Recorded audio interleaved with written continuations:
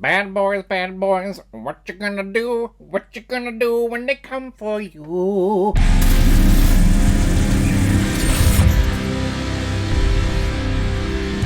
Bad Boys, released in 1995 and is directed by Michael Bay, who's behind crazy massive explosives and a bunch of women in his films and unnecessarily short shorts. And this film is starring Martin Lawrence, Will Smith, Tia Leone, Teki Cario, Teresa Randall, and Joe Pantoliano. Someone has stolen $100 million worth of heroin right under the police headquarters and right under their noses. And while Internal Affairs is blaming the entire police department, Captain Howard assigns his two best detectives, Michael Lowry and Marcus Burnett, on the case to solving who stole the heroin. And as witnesses to the killings of people who are connected to the mob who did the thing start coming forward, the two detectives need to swap places to convince the other person that the other person is them being the other person, which leads to a whole shootout thing on Miami the bridge,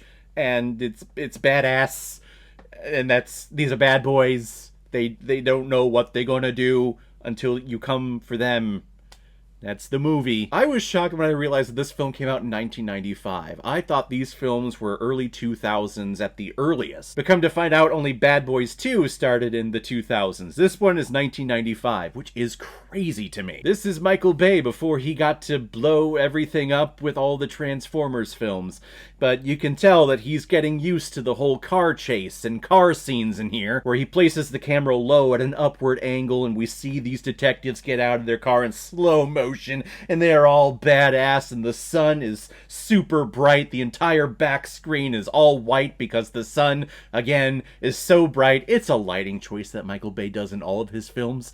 Like the sun, if it's outdoor, the sun, it's just so goddamn bright. It's all white in the background. It's like, sir, stop overexposing your cameras. Please, just stop. The sun is great, we love the sun, but it's not so goddamn bright in the background. But I gotta say, I do love the chemistry between Will Smith and Martin Lawrence. They play off each other great. Martin Lawrence is the more conservative person. He has the family, he has the kids, he has the wife. He's always trying to get into his wife's pants, who is always withholding sex from him. And Will Smith, he's the bachelor, he's always getting sex, so he's always giving Martin Lawrence a hard time. And that's funny, right? In a Michael Bay film, the lack of sex is funny. It's just so goddamn funny. Michael Bay, he's just so funny. The man knows how to direct action. He does. I always rag on him in any movie that I review of his, but he knows how to direct action.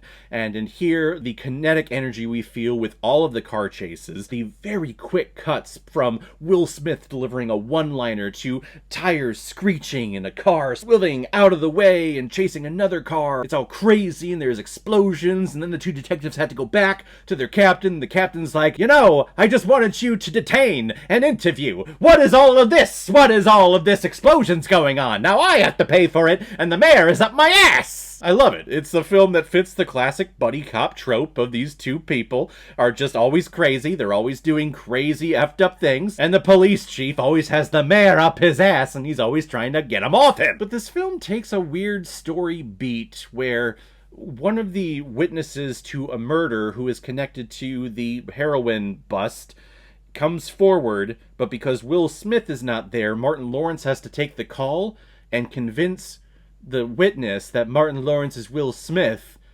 and it's like a Freaky Friday identity switching storyline, which is weird to put into your first film of this franchise. That's something that you would do in like the second or third iteration of this franchise, because then we know who these characters are, we know their relationship, we know them outside of being a cop. But in here, it's the first entry, so they have to swap places. Okay, I still don't know who either of them are for me to get the funniness of them switching places. I just don't get it. And the whole swapping of places doesn't really play in to anything, because the witness is smart. Once she realizes that Will Smith is in the picture, she knows that he's the actual guy, but she goes along and plays with it because she wants to have sex with Martin Lawrence, for some reason. Again, it's a Michael Bay film. Women just want to have sex with men because. I don't know what world Michael Bay lives in, but obviously this is his made-up world because that shit does not happen to me. But it's just a weird story beat that, again, leads to nowhere. And this witness who comes forward, her name is Julie. She is one of the most annoying characters in the history of film, in my opinion, at least in all the films that I've watched. She is a witness. She is told to stay put. Stay in this safe apartment. Do not go out. Do not call other people. You are basically in witness protection. We are trying to protect you. So stop going out the door. The detectives are going to go to a party where they're going to interrogate and find people and probably shoot people up. And they tell her, stay put. And she gets annoyed because she wants to go out, because she's being cooped up in here. So she goes to the party to kill the person herself, which is just fucking dumb. They save her, and then they get into a truck with a whole bunch of ethanol in it, and then she's complaining that they put her in a truck with ethanol. I'm like, lady, you were told to stay home. You don't get to say anything or criticize what's going on here. You waived that right the moment you stepped out and you broke the rules. She's a fucking idiot. This character is so fucking dumb. It gets to a point where I'm like, yeah, just shoot her.